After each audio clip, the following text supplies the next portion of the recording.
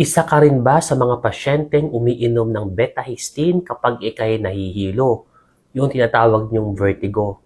Kadalasan kasi parang ginagawa niyo na po itong paracetamol pag sumakit ang ulo. Ang isip niyo agad, instant relief agad to, biglang tatalab. Ngayon po, ang ginagawa po ng betahistine ay ini-improve niya po ang blood flow sa ating inner ear para po matulungan itong ibalik ang ating balanse.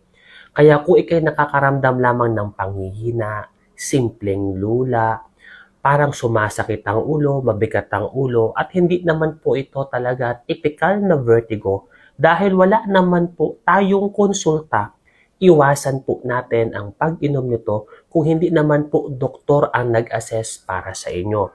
Nang sa ganun po, magamot natin yung mga simpleng mga karamdaman ninyo na hindi po tayo gumagastos ng ating pera sa mga hindi kailangang gamot.